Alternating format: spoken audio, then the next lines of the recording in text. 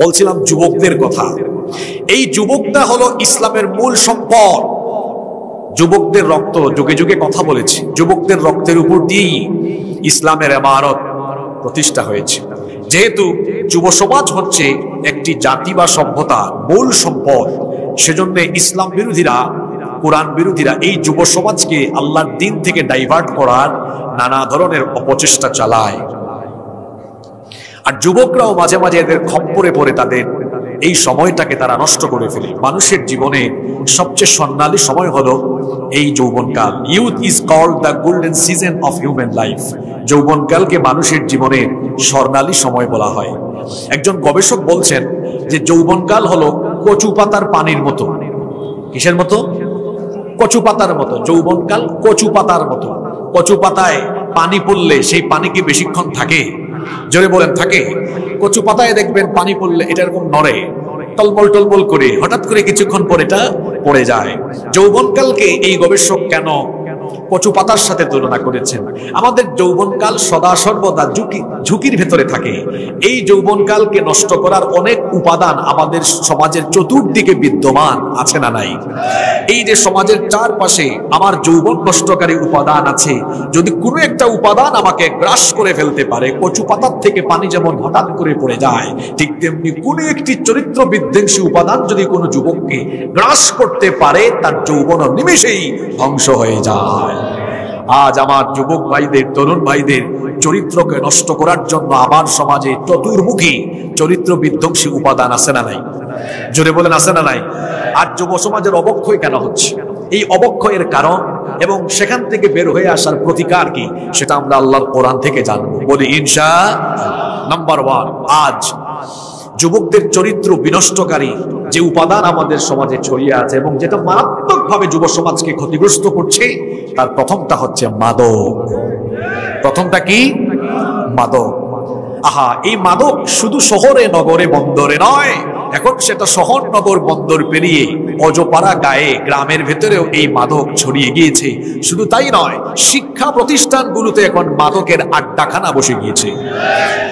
যে ছাত্র সংগঠন কিছুদিন আগে নিষিদ্ধ হয়েছে, জুলাইয়ের আন্দোলনে আপনারা দেখেছেন সাধারণ ছাত্ররা ওই তথাকথিত ছাত্র সংগঠনের নেতাদের রুমে রুমে রুমে রুমে রুমে রুমে মাদক আর মাদক পেয়েছে। মাদকের সয়লাভ। আমি নিজে বিশ্ববিদ্যালয়ে পড়াশোনা করেছি। ইউনিভার্সিটিতে অনেক ছাত্ররা আজ মাদকাসক্ত হয়ে পড়ছে।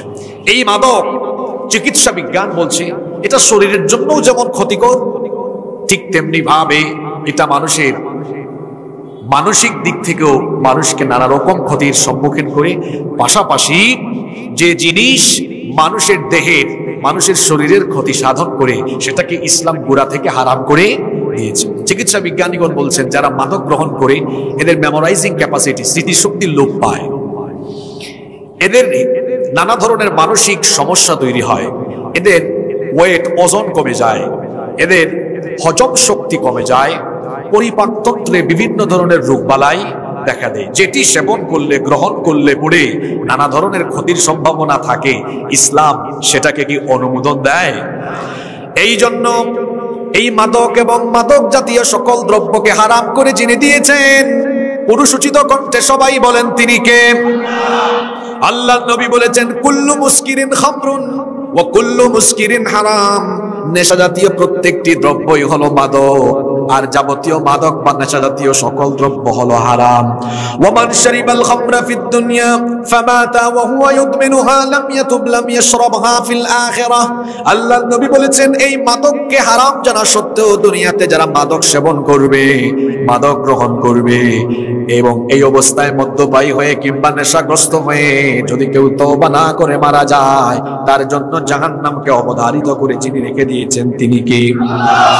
আমাদেরকে আল্লাহর পথ থেকে বিচ্যুত করার জন্য 24 ঘন্টা যে কাজ করে, সে হলো আমাদের সবচেয়ে বড় দুশমন, তার নাম হলো শয়তান। শয়তান আমাদেরকে তার পথে নেওয়ার জন্য যে সকল উপাদান আমাদের মধ্যে ছড়িয়ে দেওয়ার চেষ্টা করে, সেই উপাদানগুলোর মধ্যে অন্যতম উপাদান হলো মাদক। এজন্য কোরআনে কারিমে মাদককে বলা হয়েছে শয়তানি কর্মকাণ্ড, শয়তানি কাজ। কোরআনুল কারীমের 5 নম্বর সূরা সূরাতুল মাইদা এর 90 নম্বর আয়াত থেকে রব্বুল আলামিন বলছেন, ইয়া আইয়ুহাল্লাযীনা আমানু ইন্নামাল খামরু ওয়াল মাইসিরু ওয়াল আনসাবু ওয়াল আজলামু রিজসুম মিন আমালিশ শাইতান ফাজতানিবুহু লাআল্লাকুম তুফলিহুন। আল্লাহ তাআলা বলছেন, ইয়া আইয়ুহাল্লাযীনা আমানু, অ্যাপ্রোচটা বুঝেন, এখানে অ্যাপ্রোচ করা হচ্ছে তাদেরকে যারা ঈমানদার। আল্লাহ তাআলা বলছেন, ইয়া আইয়ুহাল্লাযীনা আমানু, হে ঈমানদারেরা। পুরুষের মতো আওয়াজ দিয়ে বলেন তো, আমরা ঈমানদার না বেঈমান? আরো জোরে বলেন, আমরা ঈমানদার না বেঈমান? হে মহান রব, তুমি সাক্ষী থেকো, এই মধুপুর স্কুলের মাঠে আমরা সাক্ষ্য দিলাম, আমরা ঈমান এনেছি, আমরা ঈমানদার। তুমি আমাদেরকে ঈমানদার হিসাবে কবুল করে নাও, বলেন আমিন। সেই আল্লাহ বলছেন, হে ঈমানদারেরা, ইন্নামাল খামরু ওয়াল মাইসিরু ওয়াল আনসাবু ওয়াল আজলামু, আল্লাহ তাআলা বলছেন, নিশ্চয়ই মাদক, জুয়া, ভাস্কর্য, প্রতিমা এবং ভাগ্য নির্ণায়ক দিক, রিজসুম মিন আমালিশ শাইতান, এগুলো হলো শয়তানি কাজ, এগুলো হলো শয়তানের কর্মকাণ্ড। এগুলোর মাধ্যমে শয়তান কি চায়, কি করতে চায়, এবার শুনেন। পরের আয়াতে আল্লাহ তাআলা বললেন, ইন্নামা ইউরিদুশ শাইতানু আন ইউকিআ বাইনাকুমুল আদাওয়াতা ওয়াল বাগদাআ ফিল খামরি ওয়াল মাইসিরি ويصدكم عن ذكر الله وعن الصلاة فهل أنتم منتهون